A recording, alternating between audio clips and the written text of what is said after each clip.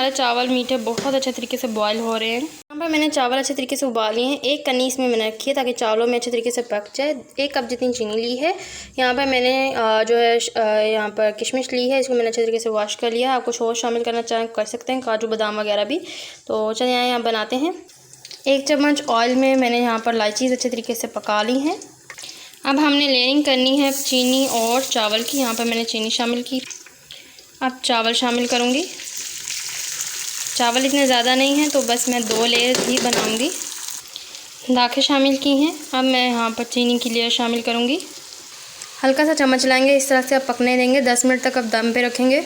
यहाँ पर मिक्स कर लेंगे। चीनी का शीरा पानी खुश्क हो चुका था। मैंने जगह जगह पर हल्का हल्का ड्रॉप बिल्कुल यहाँ पर रंग डाल दिए। आपने ध्यान रखना है, बिल्कुल ज़रा ज़रा रंग डालना है, वरना ये बिल्कुल गुचू मुचू बन जाएंगे। अब 5 मिनट तक हमने इसको पकने देना है दम पर। मिनट दम पे रख दिया था। अब हमने चावलों को अच्छे तरीके से मिक्स करना है। देखिए रंग अच्छे तरीके से हो चुका है आपका। देगी चावल हमारे तैयार हो चुके हैं।